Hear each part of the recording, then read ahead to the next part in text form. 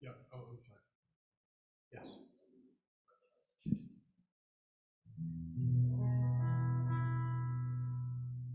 Good morning, everyone. So nice to see live people.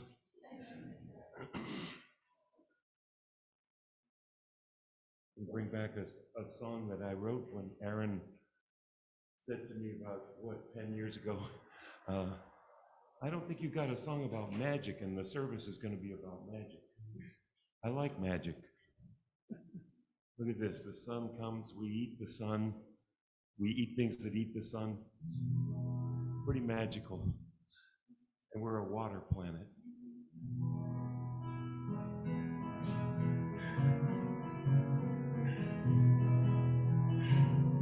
But we have this life, ever rising up.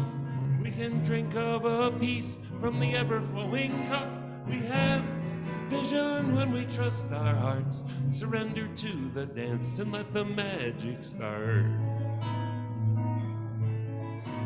We have spirit to live well and long, bonds of humanity rooted deep and strong. Sorrow and anger fade and love will win when we open up and let the magic in.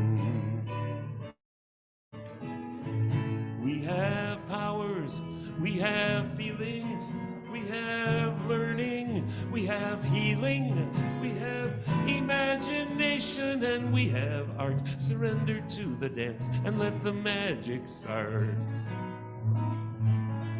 For we have love, the great mystery that surrounds our fears and sets us free. For only love can mend the wounded heart, if only we will let the magic start.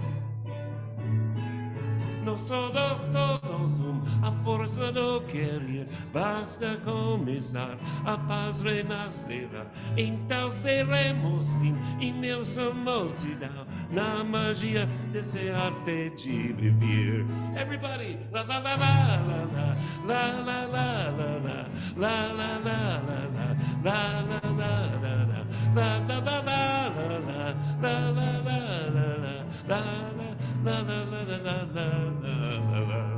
we have love, the great mystery that surrounds our fears and sets us free. For only love can mend the wounded heart, if only we will let the magic start. Nosotros todos a força do querer, basta começar, a paz renascerá. Então seremos imensa multidão, na magia desse arte de viver. La la la la la la la la la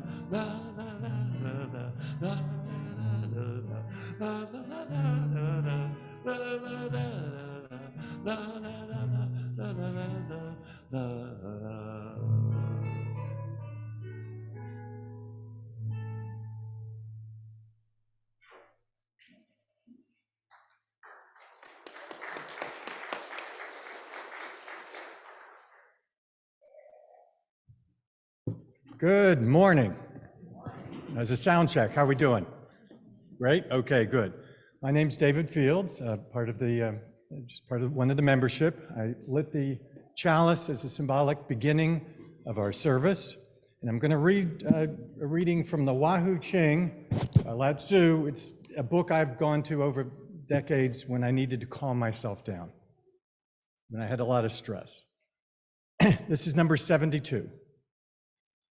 If you wish to gain merit and become one with the divine, then develop your virtue and extend it to the world. Abandon fancy theologies and imaginary ideas and do some ordinary daily work, such as healing. Let go of all conflict and strife. Practice unswerving kindness and unending patience. Avoid following impulses and pursuing ambitions which destroy the wholeness of your mind and separate you from the integral way. Neither become obsessed with circumstances nor forego awareness of them. To manage your mind, know that there is nothing, and then relinquish all attachment to that nothingness. 72nd reading of the Wahai Ching.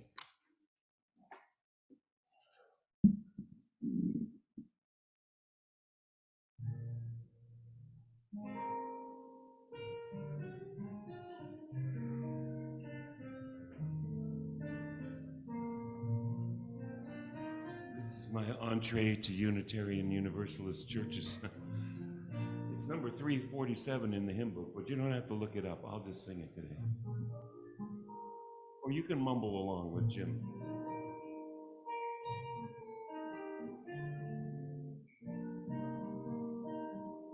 Gather the Spirit, harvest the power, our separate fires will kindle one flame. Witness the mystery of this hour, our trials in this light appear all the same. Gather in peace, gather in thanks, gather in sympathy now and then, gather in hope, compassion and strength, gather to celebrate once again. Gather the Spirit of heart and mind, seeds for the sowing are laid in store, nurtured in love and conscience refined, with body and spirit united once more. Gather in peace, gather in thanks, gather in sympathy now and then, gather in hope, compassion and strength, gather to celebrate once again.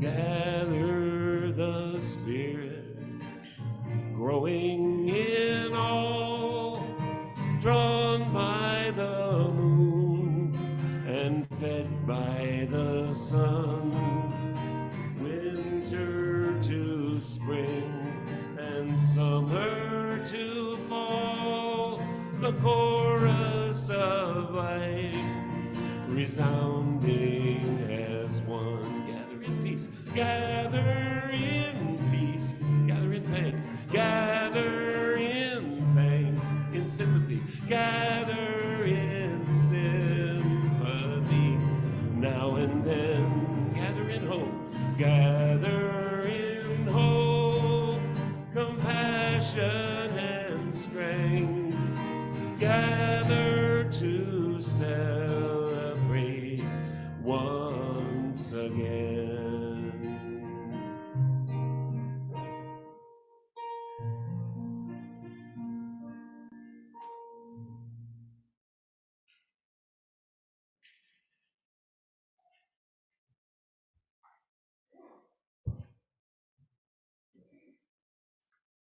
Good morning. Welcome to the Unitarian Universalist Church of Worcester, a congregation of love, hope, and justice, inspiring people to take on the challenges of a changing world. My name is Sue Nees, and I am a member of the Connections team, as well as the other teams here at UUCW. We are here to greet visitors and to help newcomers, as well as those of you who may have been with us for a while, to connect with our community in a way that makes sense for you. You may want to meet up with others to work on social justice issues or care for people in need. Maybe you're looking for a listening ear and companionship at a time when life has taken a turn.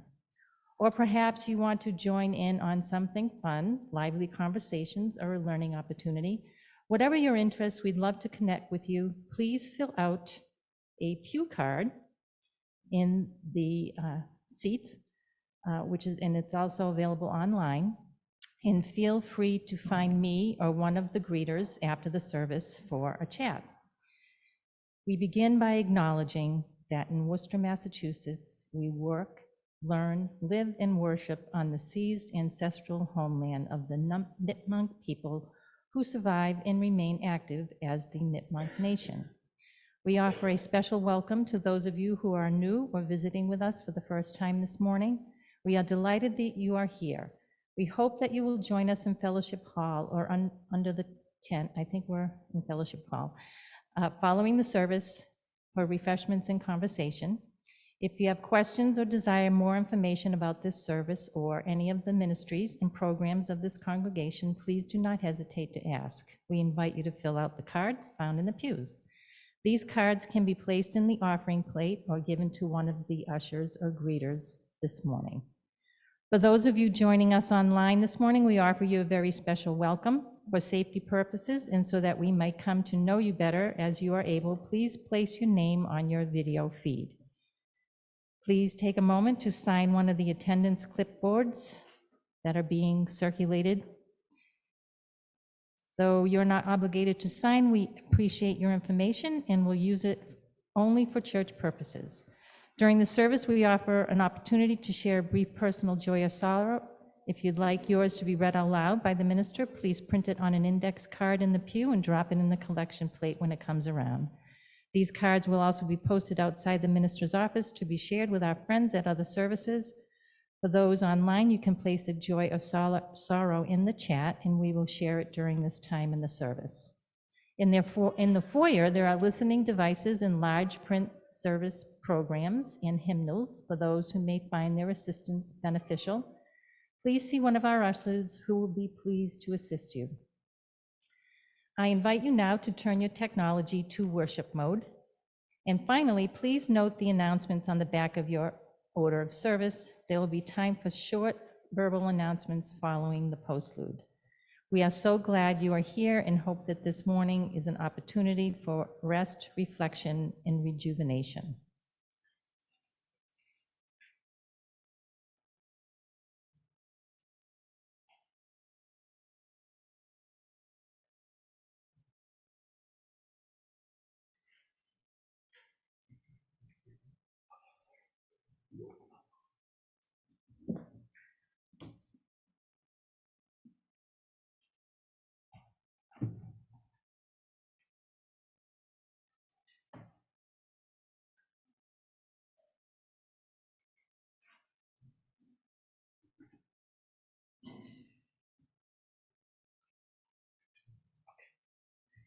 Good morning, I'm Bill Durr, and I'm going to be doing the opening words now.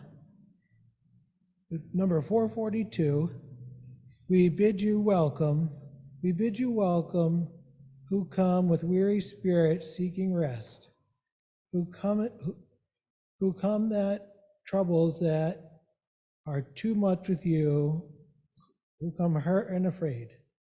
We bid you welcome, who come with hope in your heart, who come with anticipation your step, who come proud and joyous.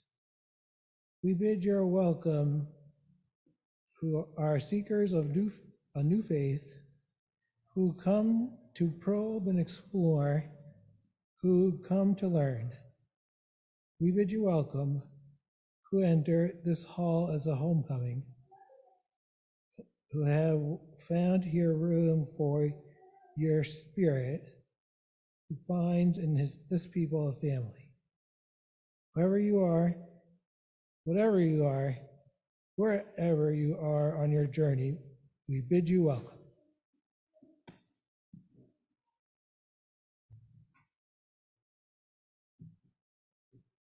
Would you please join together in our opening hymn, number 38, found in your gray hymnals, Morning Has Broken.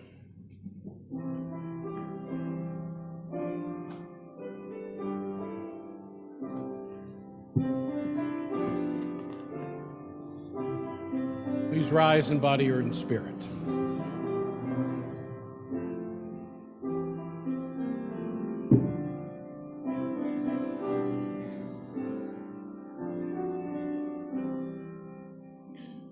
Morning has broken like the first morning. Blackbird has spoken like the first bird. Praise for the singing, praise for the morning, praise for them springing fresh from the word. Sweet the rain's new fall, sunlit from heaven, like the first dew fall on the first grass. Praise for the sweetness of the wet garden, sprung in completeness where God's feet pass. Mine is the sunlight, mine is the morning, born of the one light Eden saw play. Praise with elation, praise every morning, God's recreation of the new day.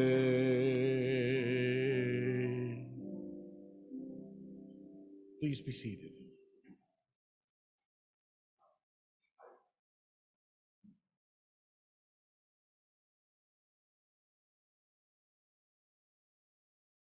Hi, I'm Mara Pentlarge. I'm part of a small group called the Eighth Principle Committee. And I'm going to give an Eighth Principle moment every second Sunday of the month. Somebody from the team gets up here and gives an example of a time when we ourselves have felt an oppressive thought. The Eighth Principle says that the whole congregation by the end of this year is going to agree to adopt the Eighth Principle, which the Unitarian Universalist Association is trying to get congregations to adopt. It's promising to work towards being anti-racist and anti-oppressive in other ways. And a first step is to recognize how it works, how it's sort of in all of us, whether we want it or not.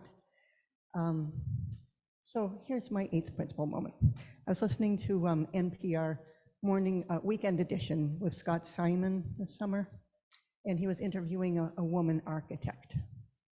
And they were talking about the skyscraper that she designed in Chicago. And it's the tallest building designed by a woman, 101 stories.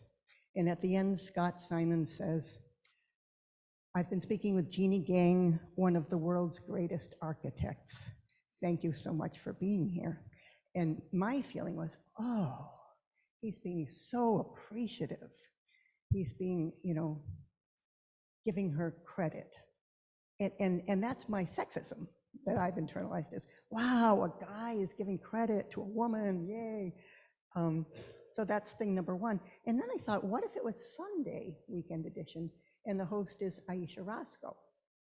She's younger than Scott Simon. I haven't known her as long. She is a woman, there goes my sexism, and she's Black. And she sounds Black. Her voice sounds like a Black woman. She and they agreed that she won't code switch, like I'm sure she's able to, and speak, English that we wouldn't guess was coming out of the mouth of a Black person. If she were saying, Jeannie Gang, one of the world's greatest architects, I might feel like, how does she know? Or some other kind of garbage thought in my head. So I just put that out there. See how it goes for you in similar situations. Thanks.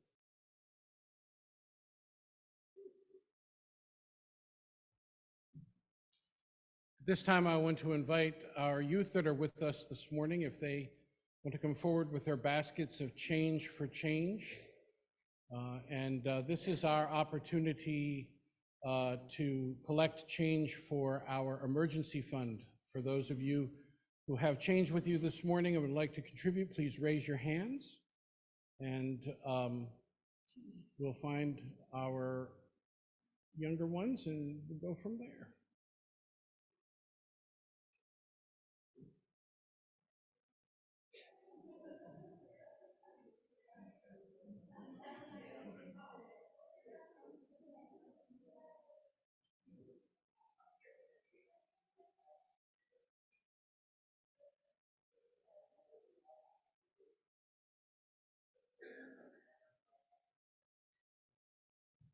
Just find those who have got their hands raised, and they will drop the change right in the basket.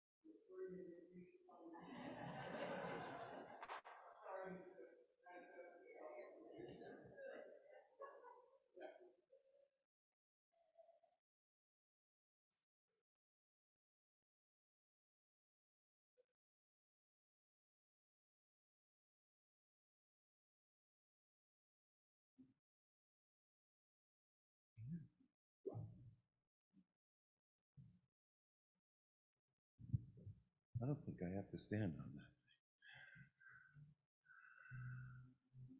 that. On the day after what we now call the attack on America, or know by its cryptic numerals 9/11, my garden yielded up corn and beans and cucumbers, eggplant, persistent and unjudgmental as the sun that follows a storm. This orchard and garden is often my asylum, and I find rooting in the soil to be fitting response in troubled times.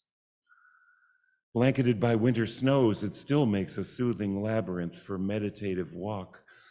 Now seasons of bloom and fruit have come and gone again, while the perpetrators, long since identified, still haunt our collective soul. Immersed in this lush and healing context, I find myself imagining the conversation I might have had with Osama bin Laden. I picture he could have been a farmer, a rich one, if given the chance. He'd probably see my abundance as the spoils of evil powers.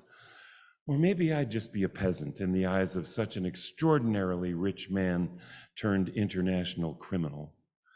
I dream we could talk about injustice and struggle for equality in this sanctuary I've fashioned by my own hands.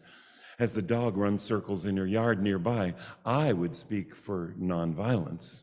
He would have to educate me as to the oppression of his people and no doubt make the case for revolution. Now, some may take offense at my attempt to even humanize such a monster.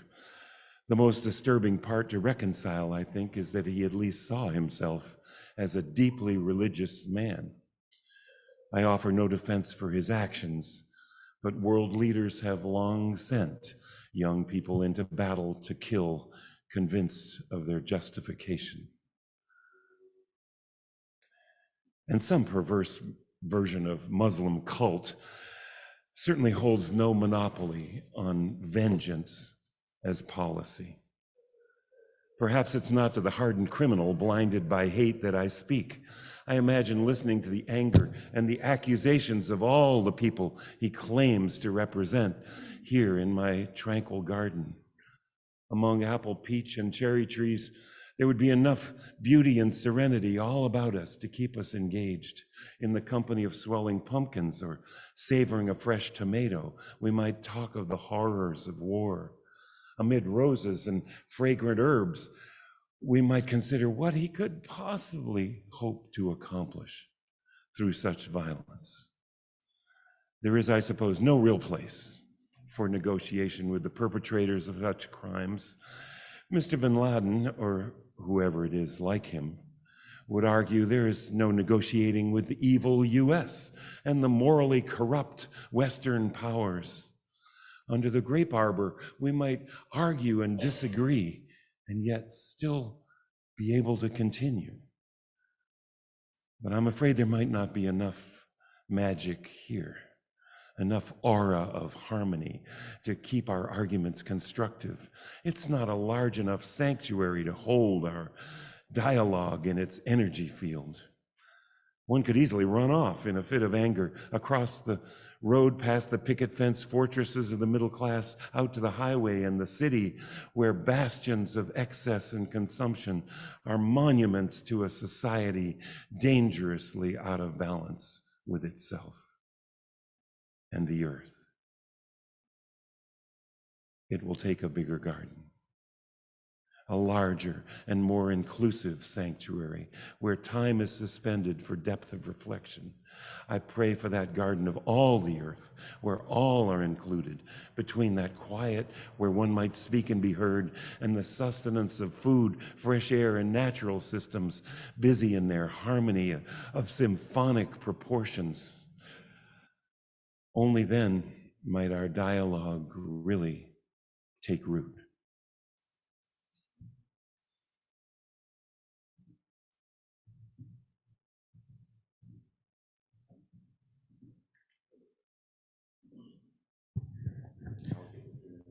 In just a moment. You're good. You're good. And we're very delighted. I want to begin by saying, would you like to hear some good news? Wow. Let's try this again. Would you like to hear some good news? There we go. Our good news this morning is in front of us in the form of Jim Scott and Deb Banu, who are extraordinary in their musical talents. Deb as our music director pro tem this fall, as Matthew Johnson continues to heal and to recover from heart surgery last spring. Matthew is coming home tomorrow. And he looks forward to coming back to be with us as soon as humanly possible. I have suggested that he take his time in order to regain all that is possible for him to regain of health and wholeness and activity. He has been, in fact, playing the piano at the rehab center, which has been wonderful for him, and his rehabilitation continues apace. So we're very delighted with that. That is good news. The other good news is we had a summer of extraordinary services here. And I want to thank Sherry Lynn and Sean Reynolds for all of their leadership this summer in making those services happen, as well as all of those of you who participated and who led those services, who gave of your time, gave of your wisdom and experience, gave of your delight, so that we might have an opportunity to continue to be with each other in ways that make for vibrant, extraordinary community. I also want to thank Vicki Cox-Lanyon and a variety of folks who came into this space and with Steve McNally, our sexton, helped to make it what it is right now. I call them my Clutter Committee. They are good at surfacing anything that needs to be put away or needs to be dusted or mopped. I simply do not have an eye for this. And anyone who has seen my office can attest to this in big, big ways. But they did extraordinary work to make the sanctuary and the rest of the building habitable coming back into the fall. And I'm so very grateful to them for their work. I also am grateful for the ongoing ministry of our garden team, who has spent enormous numbers of hours this summer planting and tending and cultivating. Those of you who have not heard, they received recognition this year from Tower Hill, a botanical garden, for all of their extraordinary work, and have been applying for grants and all manner of things to continue their ministry, which is wonderful. And and I also want to pay special tribute to those who maintained our Loaves and Fishes food pantry this summer in the midst of the heat, and continue to provide food each month for anywhere from 65 to 80 families as an ongoing ministry, and those who have been involved in the ongoing efforts in our refugee ministry team. It used to be that Unitarian Universalist churches shut down in the summertime. You know, the old adage was Unitarian Universalist is the only one that the divine trusts to take the summer off. But that is no longer the case. And it hasn't been, frankly, for a number of years. Although our programming does shift quite a bit and the minister gets some time off and the staff gets some time off, the reality is the ministries here continue in robust ways all summer long. And I'm so very, very grateful to all of you for all that you've done to maintain and to grow what is central to our mission as a congregation of love, hope, and justice, inspiring people to take on the challenges of a changing world. So that, to me, friends, is very, very good news. In service to that good news and the ongoing ministry of this ministries of this congregation, we do, as a part of our worship, take up an offering. So I invite you to reach into the pocket of the person in front of you, pull out their checkbook, write the check you've always wanted to write to this congregation, or if you have cash, you can use that as well. For those of you who are online this morning, you are welcome to join in our offertory by texting 508, I'm looking for the information here, 508-231-5335, and you are able to contribute digitally through that manner. So at this time, our morning offering will be received.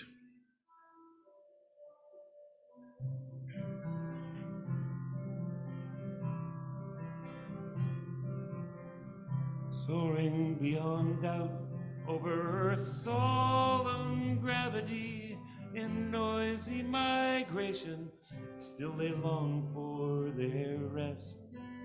Sun kissed their wings as they carved the sky eternal, looking to the night when they'll sleep in their nest. Voyagers heed signs written on the wide horizon. From a third dimension, find the secrets they seek. Quest for nobility, sustenance, serenity, beckons to the brave as it comforts the meek.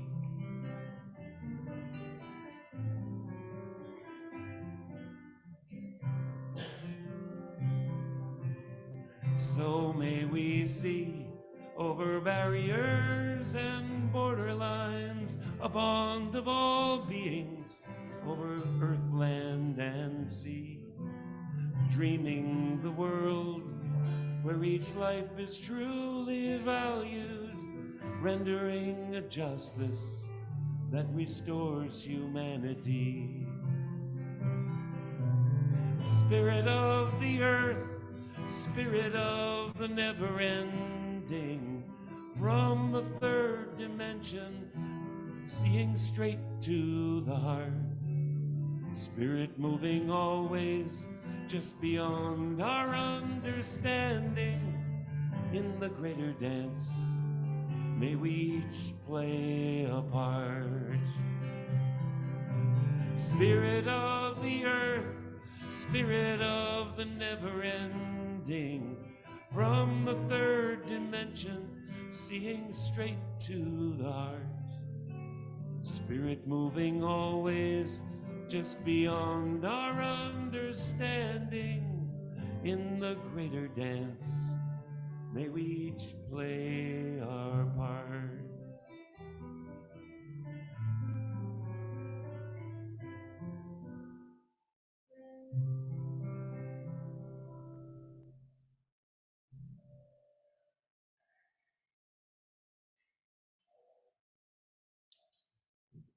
Though not in your order of service, which you will remember is just a suggestion here, I would invite you to turn to hymn number 391 in your gray hymnals. You are welcome to remain seated for this hymn.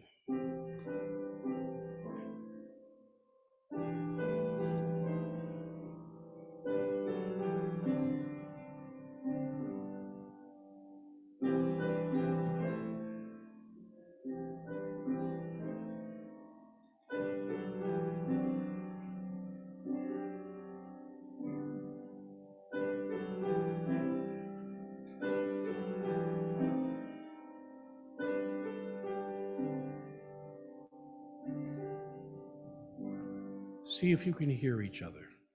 Still and small, deep inside all, I hear you call, singing.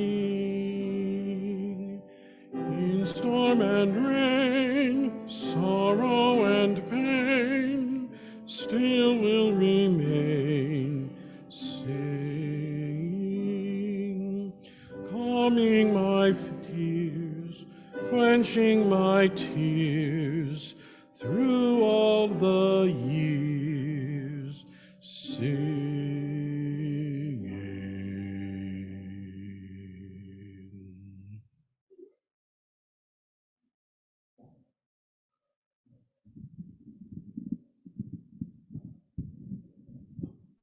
We come to that part of our service where we are given the opportunity to share what's deepest in our hearts and most profoundly on our minds or in the work of our hands in the days that have transpired or in the prospect of days to come, joys and sorrows that touch us deeply and are given another measure of meaning because of our capacity to share them in the midst of a company that claims us as a co-journey. So I invite those of you who have joys or sorrows this day to come forward and form lines on either side of the sanctuary, to come and speak briefly into the microphone telling us who you are, so that those using our auditory enhancement devices or online may also participate in this important ritual, and then to light a candle if you so desire.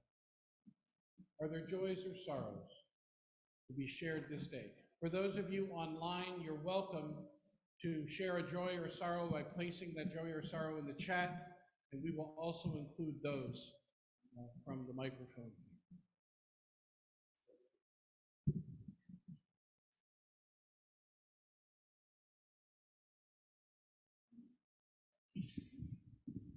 Good morning. I'm Linda Orca, and anyone who knows me, well enough, as me on Facebook, knows how I feel about cats. Sadly, late last June, I had to put down my 14-year-old cat Onyx. I did everything possible I could for her, but when it was obvious I had to do what I had to do, and I told myself that when a time is right, when a time I can look for another female black kitten with green eyes, which less than 2 weeks ago I found at the Second Chance Animal Shelter in Brookfield, a beautiful, feisty, lovable kitten named Lucy, to fill that void in my heart, and that is my joy.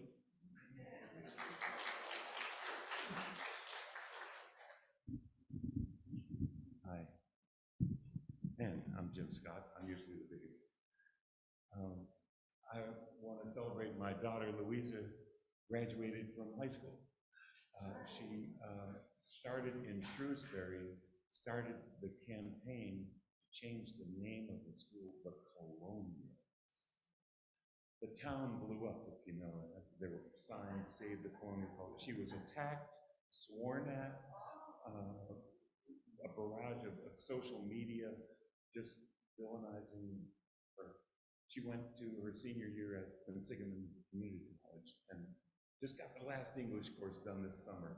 And I'm so proud of her. She's done with that. And it's not that we were defeated, but we've moved from Shrewsbury to Worcester, closer to here. So thank you.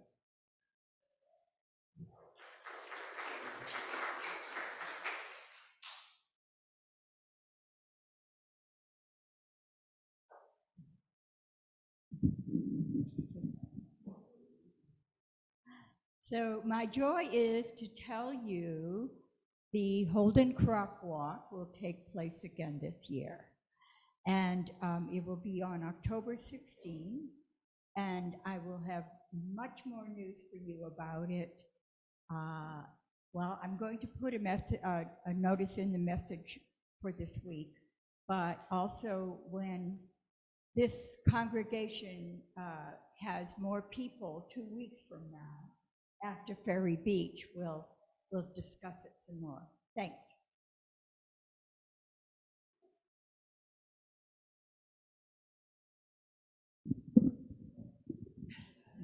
Okay, so my name is Sue, and I can't contain myself. My daughter-in-law had a baby girl about an hour and a half ago.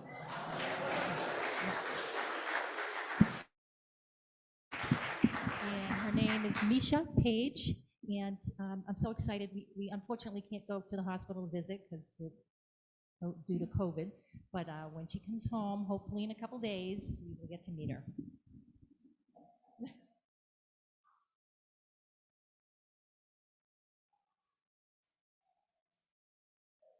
Hi there, my name is Ryan Wallace, and well, everybody knows what today is and what happened basically 12 years ago, I think now it was. The reason why I remember it so well, and this is both a joy and a sorrow, I'm going to try to keep this as brief as I can. When 9/11 actually hit, I was only 9 years old, and I can actually remember with it coming back home, and me being 9 years old, I always liked to watch cartoons after I got back home off the bus.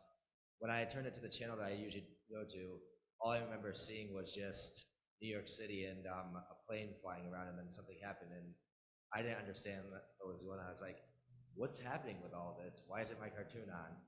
It wasn't until the day after that I fully understood the impact that 9/11 had. And then it was crazy what happened afterward. I got lucky, well, I don't know if I'd say lucky enough or maybe a curse in a sense.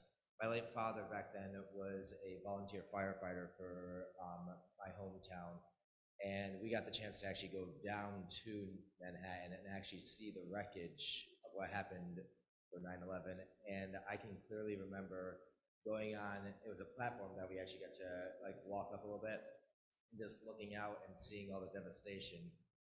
It wasn't until then that I comprehended just what actually happened and just how crazy it was.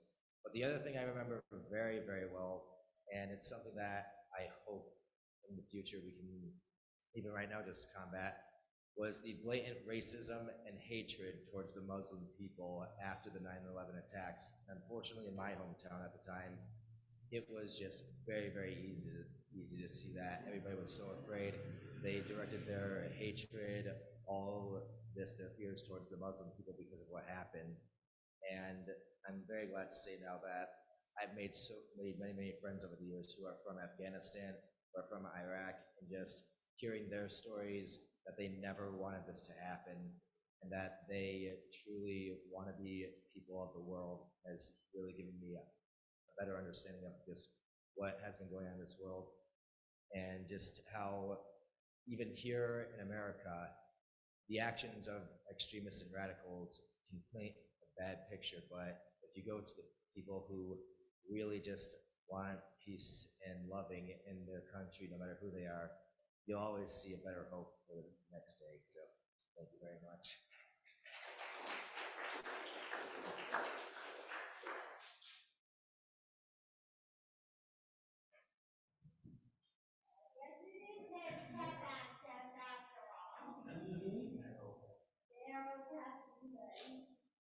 I wondered where everyone was. Very Beach, huh? Oh, next week. Then they just stayed home, huh? But anyway, I'm sorry. Yes. Oh, I'm Susan Crosley, and I started this church when my daughters were quite young, and so my oldest daughter was always a huge challenge, to say the least. And I'm very proud to say she got married 2 years ago. They bought a house, and now they're having a baby. Yay! So, of course, I wanted it to be a girl baby to torture her, just like she tortured me. But, oh well.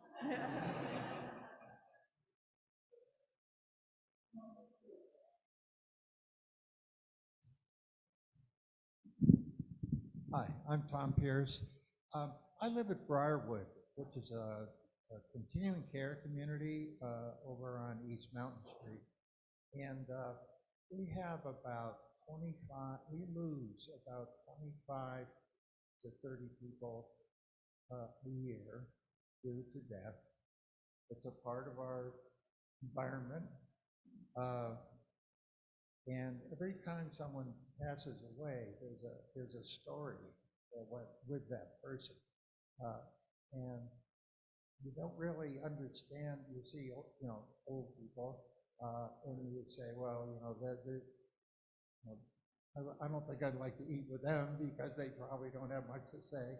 But every time you eat with one of these people, you get 90 years or 80 years or 75 years of stories. So I really miss all those people. And yesterday I went to a funeral for Frank Ahern. And Frank was a wonderful guy. He was 90 years old. He and his wife, Margaret, were the stars of our, we have a talent show every year, and they're hilarious.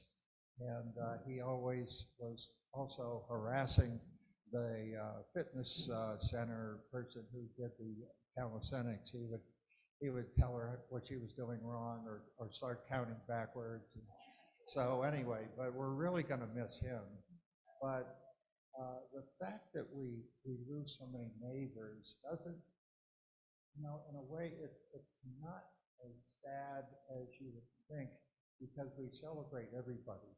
More than half of the people at the funeral were from Briarwood to honor the person and the spouse. So anyway, it's a remarkable way to live, and it's a remarkable community, and I'm very thankful that I live there. Thank you.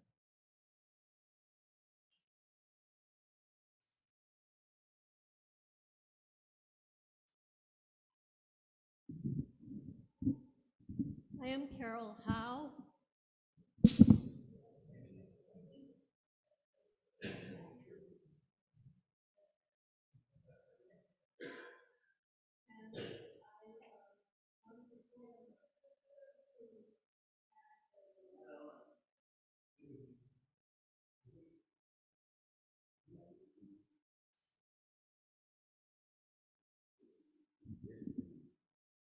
Am I on?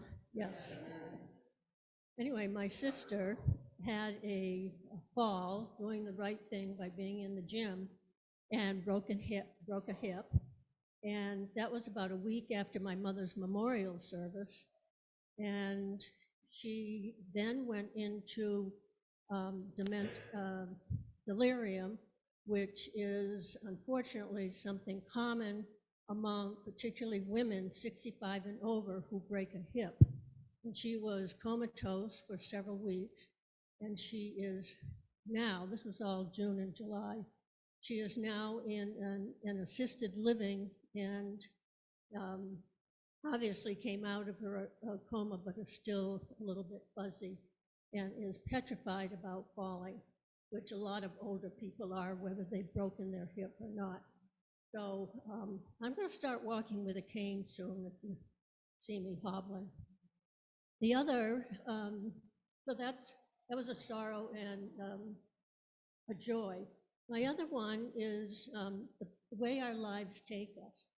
And I went with, because of a committee I was on, attended a UU group where we met different people from different churches, met with our representatives in Massachusetts and Worcester area.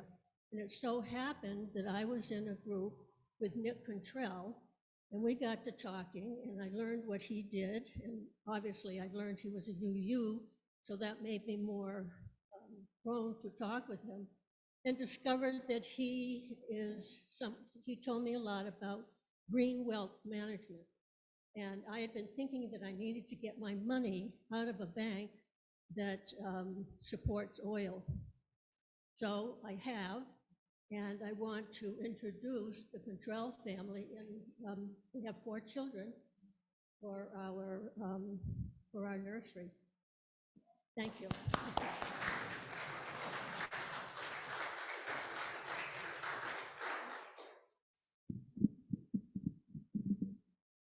Cheryl Lachey, our community minister, is on the road presently. She and her spouse Bruce are traveling a variety of ways down to Oklahoma in order to be able to spread her mother's ashes. And she writes that it's a real pleasure to be able to connect via Facebook, and says that she feels loved and sends her love to all of us. So I wanted to share that with you this morning as well. And as our first Sunday back from our summer program, I want to share with those of you who have not yet heard that Sharon Templeman, mother of Kim Naplioni, died this summer following a fall while she was on vacation in Maine. Her service will be held here October 15th for those who would like to surround Kim and her family or to express their honor for the life of Sharon, who was also an active member of this congregation and for many years was the head of our knitting ministry, our knitting group, making both caps for premature babies and making prayer shawls. It's not uncommon for Sharon to walk into my office with 2 armfuls of all kinds of things knitted and say, you need to bless this. And I thought, we've been taught to preach, pray, and die on a moment's notice. Blessing is a good thing too, so we would do that. With that in mind, and with all that has been said or has not been said this morning, let us be in the spirit of prayer.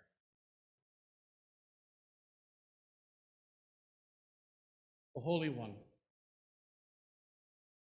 we come this morning with delight in our hearts to return to a place that gives us sanctuary, a sense of belonging, a sense of surrounding.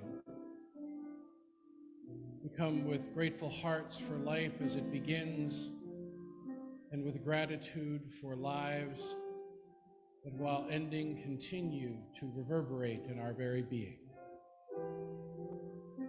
We come with hope in our hearts as we celebrate the life of our 4-footed friends and celebrate the return of others. We come recognizing friends on the journey.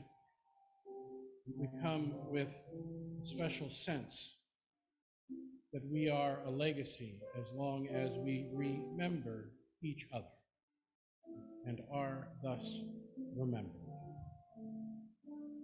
For all that is true, right, real, and good this day, we give great and abiding thanks. Amen. And blessed be.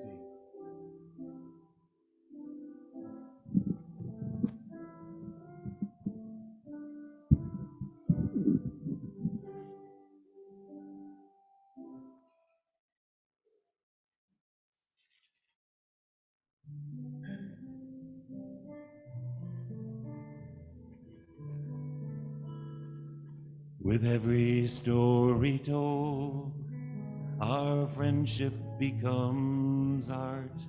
Each passage of life is a gateway to the heart. We are one in joy and sorrow, and the music of our learning is danced in love and harmony with each day of earth's turning.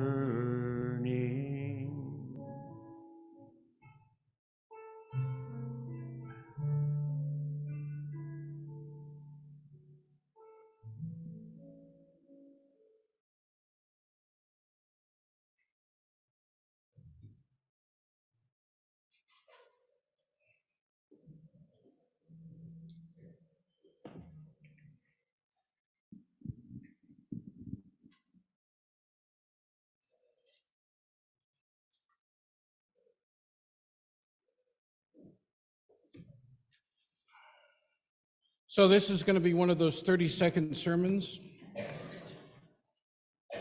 Not.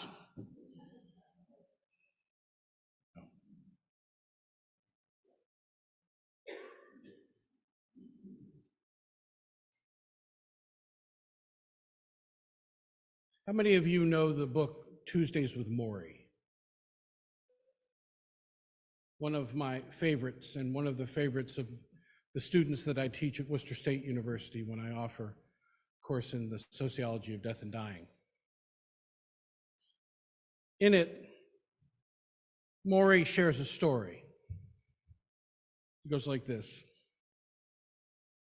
He says, okay, it's a story about a little wave bobbing along in the ocean, having a grand old time. He's enjoying the wind and the fresh air until he notices the other waves in front of him crashing against the shore. My God, this is terrible, the wave says. Look at what is going to happen to me. Then along comes another wave. It sees the first wave looking grim and says to him, why are you so sad? The first wave says, you don't understand. We're all going to crash. All of us waves are going to be nothing. Isn't that terrible? The second wave says, no, you don't understand. You're not a wave. You're part of the ocean.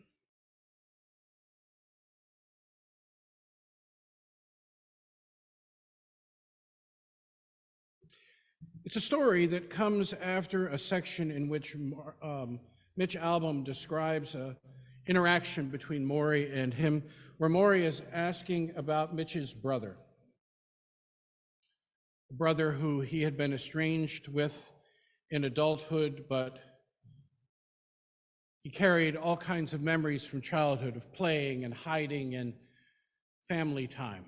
And now his brother was actively in treatment for cancer, living in Spain. And Mitch could not get a hold of him. And Murray says to him, Mitch, I know it hurts you when you can't be with someone you love, but you need to be at peace with his desires. Maybe he doesn't want you interrupting your life. Maybe he can't deal with the burden. I tell everyone I know to carry on with the life they know. Don't ruin it because I'm dying. But he's my brother, I said. I know, said Murray. That's why it hurts. He says later on, there's no formula to relationships. They have to be negotiated in loving ways with room for both parties, what they want and what they need, what they can do and what their life is like. In business, people negotiate to win. They negotiate to get what they want. Maybe, he says to Mitch, you're too used to that. Love is different. Love is when you are as concerned about someone else's situation as you were about your own. You've had these special times with your brother and you no longer have them, and you want them back. You never want them to stop, but that's part of being human. Stop, renew, stop, renew.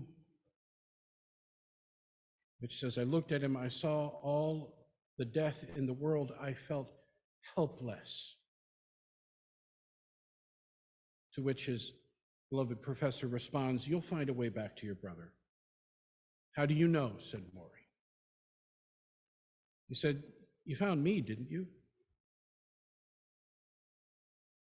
I don't know about you, but in a sermon about belonging, this particular passage from Tuesdays with Maury, and in this exchange that goes on between Maury and Mitch Albom, strikes me as central to what it means to find belonging, because it is not always just the excitement of coming into an awareness of one's place in the universe. It is also the terror that is associated with finding one's place in the universe. It is the struggle associated with trying to figure out what one's priorities are or what one's motivations are in the process. It speaks to me very much of Brené Brown, the author and public intellectual who is a researcher in vulnerability. It says, belonging is the innate human desire to be part of something larger than us. Because this yearning is so primal, we often try to acquire it by fitting in and seeking approval, which is not only hollow substitutes for belonging, but often barriers to it. Because true belonging only happens when we present our authentic, imperfect selves to the world. Our sense of belonging can never be greater than our level of self-acceptance.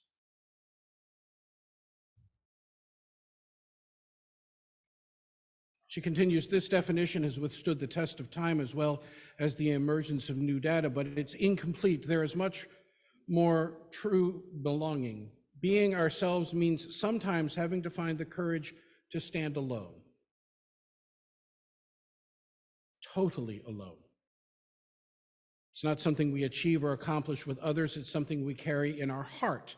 Once we belong thoroughly to ourselves and believe thoroughly in ourselves, true belonging is ours.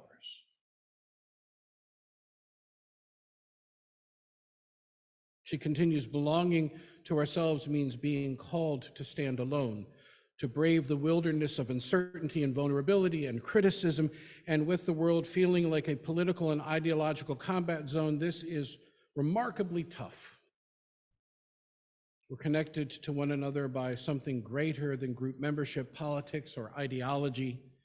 We're connected by love and the human spirit. No matter how separated we are by what we think and believe, we are part of that same spiritual journey.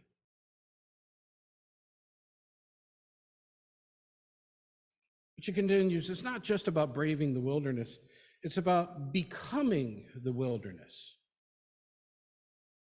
It's about breaking down the walls, abandoning our ideological bunkers, and living from our wild heart rather than our weary heart. I love that phrase, living from our wild heart instead of living from our weary heart. And I think that is the essence of Maury's story.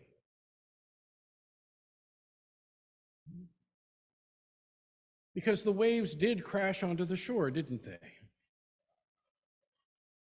But that wasn't the end of the story. Because as you well know, when you stand on the beach, once a wave crashes on the shore, it also recedes back into the ocean, becomes part of the undertow, and then becomes part of yet another wave.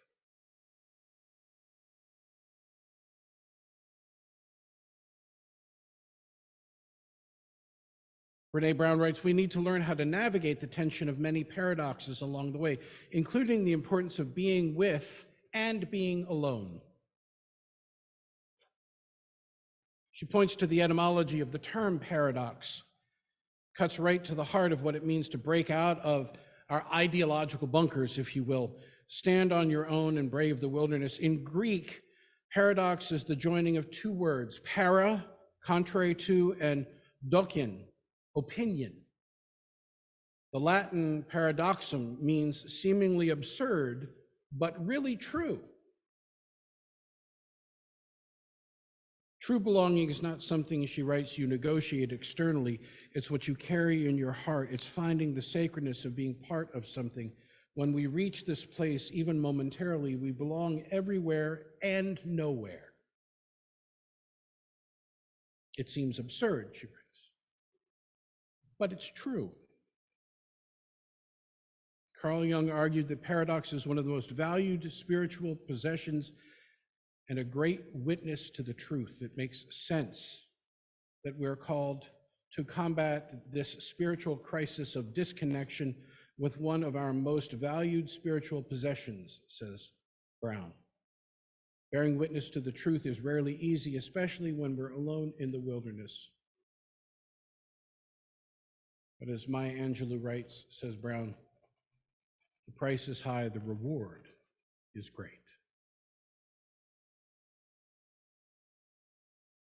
The price is high, the reward is great. Think about this in all that we have had to combat since 9/11/2001, which seems like a lifetime ago, with a nation that has been in a perpetual state of warfare, with the onset of pandemic, and now this week with the death of the only queen that most of us have ever known, the Queen of England. And I find especially the latter thing, the death of Queen Elizabeth II, an interesting objective study in what we're talking about. Often at death, we laud someone. We find everything there is to praise about them, and let's be very clear, she was a remarkable human being and leader. And she was also truly flawed. Anyone who loved Diana understood this and understands this. And sometimes we have to have the courage when life ends and memory begins to hold both those truths together. I remember some years ago having a funeral in this place, the brother of one of my friends who had committed suicide. The night before he had committed suicide, he had called his young adult children and asked them their permission for him to go. When the funeral came about, the boys were sitting just about there. And everyone during the service had done everything in their power to find something in their memory, something about this man that they could cherish. And it went back to childhood. It was all about what it was like to be cousins and what it was like on family trips early on and so forth. And as those stories were told, I watched the two boys go from being pink-faced to being red-faced to being purple-faced and about to explode. So I jettisoned my eulogy and pulled a chair up front here, and I sat down and I said, you know, it is a remarkable thing that we do to cherish the life of someone we love, even when it's a complicated life. I said, but it is equally important in this moment for us to cherish that and to say with equal volume and voice, this man was a son of a bitch who abused his children. And to be able to carry the truth of both of those things means we can truly honor the experience and breadth of experience that are carried in us about him. It's a lesson worth remembering in a day when there is so much crap that gets flung around us and in the world. Every other day, there's something else to be upset about or frustrated by. The other morning, for those of you who are not on Facebook, at 3:30 on Friday morning or Saturday morning, our dog asked to go out, right? And a minute after my wife lovingly got up to take the dog out, I smelled the very strong scent of skunk waft through the window and heard the back door open and slam shut and the yelling begin as the house awakened to the aroma.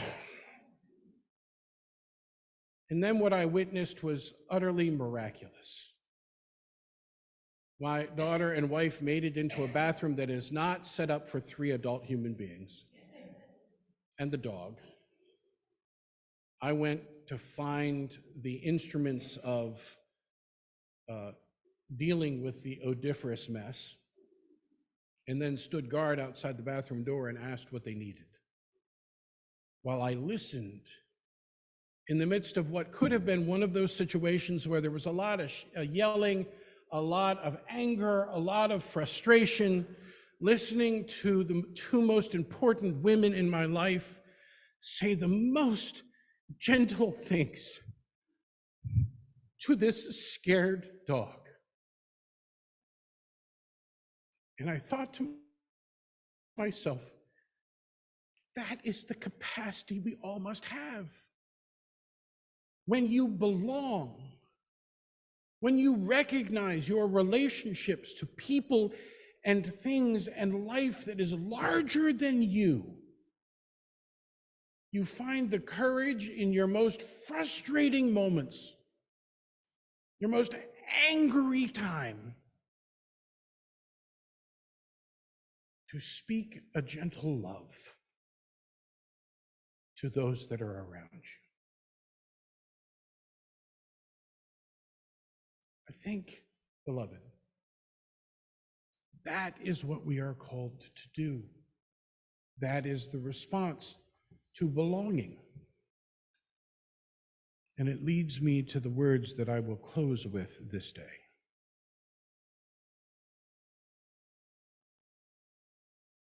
Somewhere, writes Starhawk, somewhere there are people to whom we can speak with passion without having the words catch in our throats.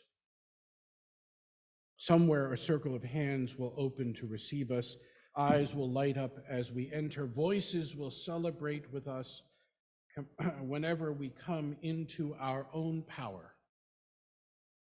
Community means strength that joins our strength to do the work that must be done, arms to hold us when we falter. A circle of healing, a circle of friends, someplace to be free. Amen, and blessed be. I invite us to take our in-gathering water ceremony, and if you have brought water with you, to join together outside for a few minutes as we conclude our service this day with our in-gathering water ceremony. What's that?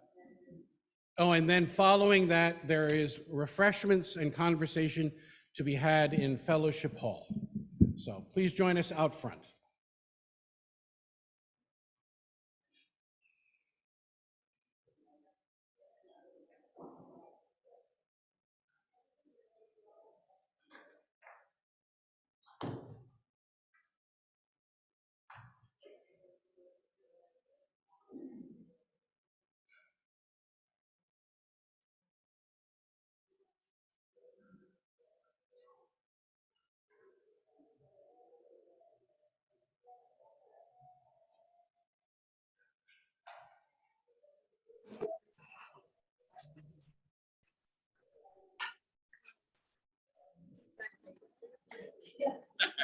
Try to put this on Zoom as well.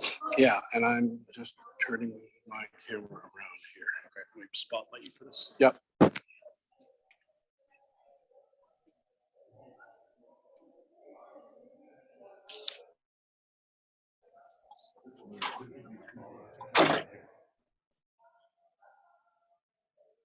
Would you hold this? Yeah, I'll put it. Would you hold that? And this is what this camera will just point.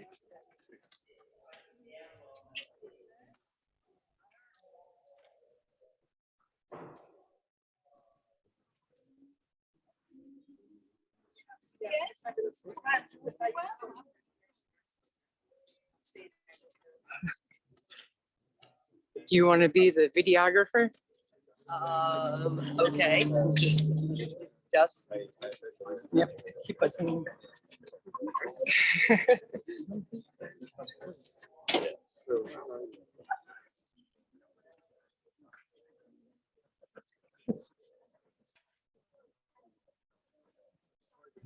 Check 1, 2.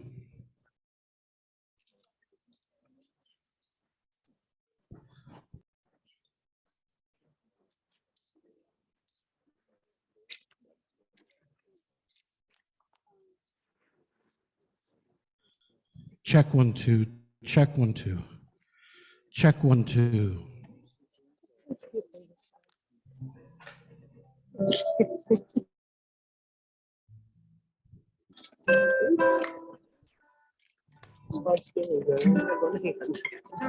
So, guided by love, secured by hope, and made courageous by faith, we gather together at a moment of beginning.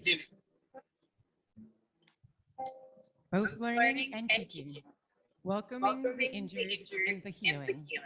Ever justice seeking, we bless this church with our love. Pilgrims and seekers, growing children and cherished seniors, guided by pillars and by leaders, we bless this church with our hope. Praying and resolving, trusting and involving, some settled, some evolving, we bless this church with our faith. Let us receive our ingathering as a gift. May it inspire renewed commitment to our great covenant of love, hope, and faith. Let's be open to all opportunities.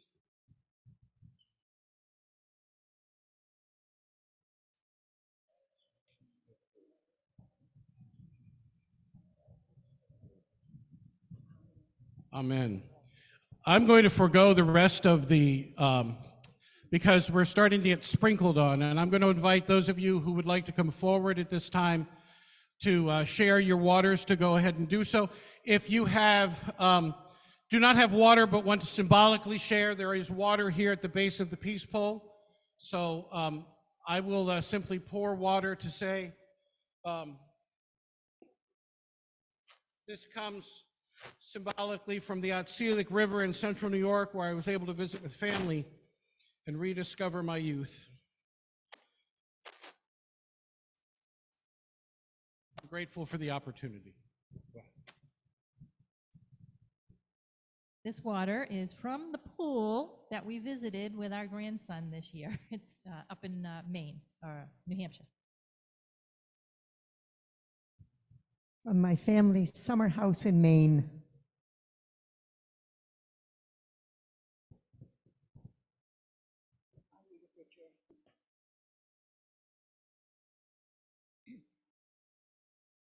My water is from Block Island, which I visited last Thursday.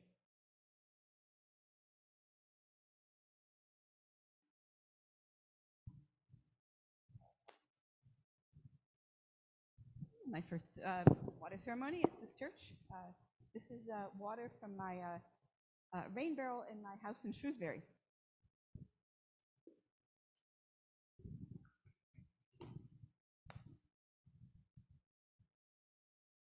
This is from the Mattawamkeag River in northern Maine, where we spent a week this summer.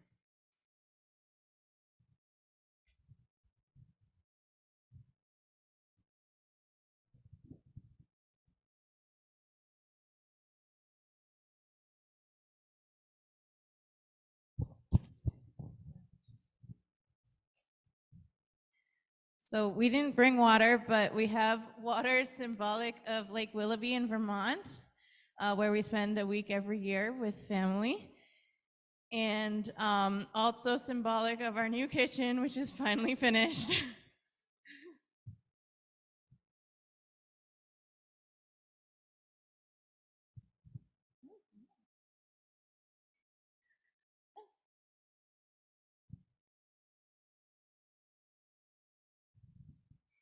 This water is from Moore State Park, where we spend quite a bit of time with nature.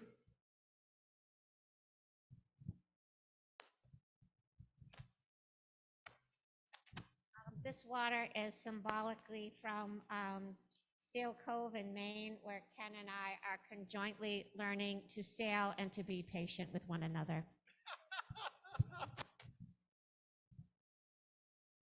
Any others? Up. Yep.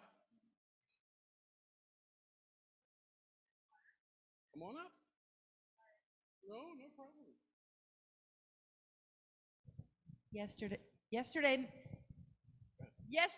my husband and I spent 11 hours moving our son Benjamin and his fiance into their brand new home.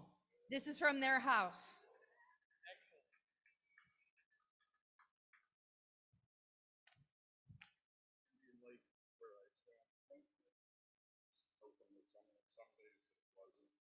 And which has been well managed by the city now.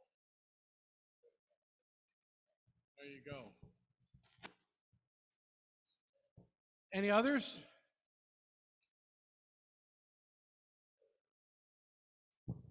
All right, I'm gonna do it symbolically from my hometown in Rome, New York. We have a very, very famous park called the Erie Canal, which for those of you who also don't know it, it was historically it was also called Clinton's Ditch way back when.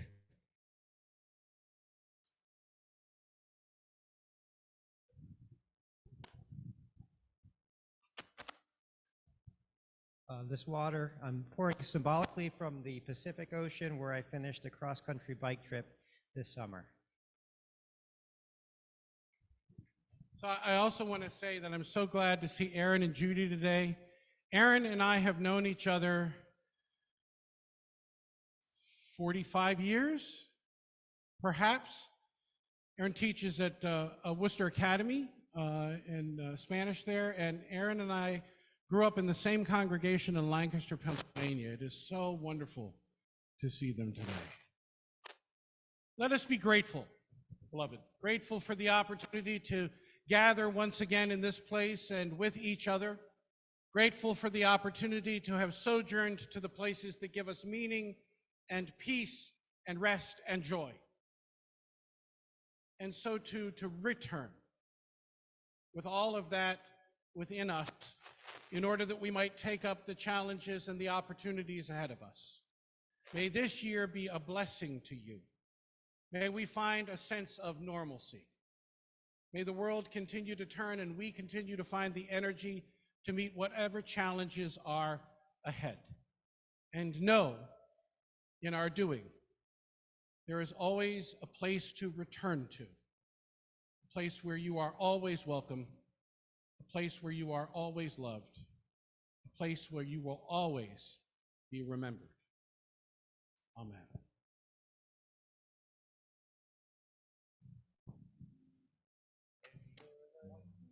Be as a song.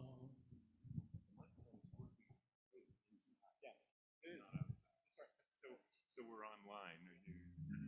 And may your life be as a song, resounding with the dawn, to sing awake the light, then softly serenade the stars, ever dancing.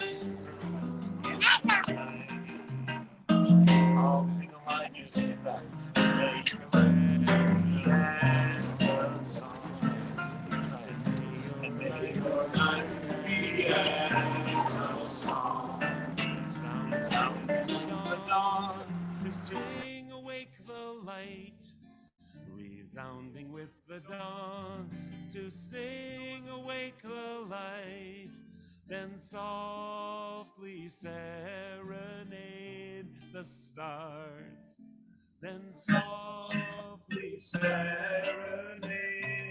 the stars, ever dancing circle in the night, ever dancing circles in the night.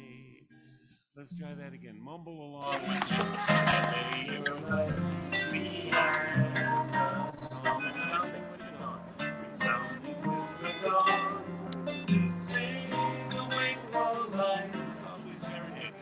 Softly serenade the stars. Ever dancing circles in the night. Sing that last line again. Ever dancing circles in the night.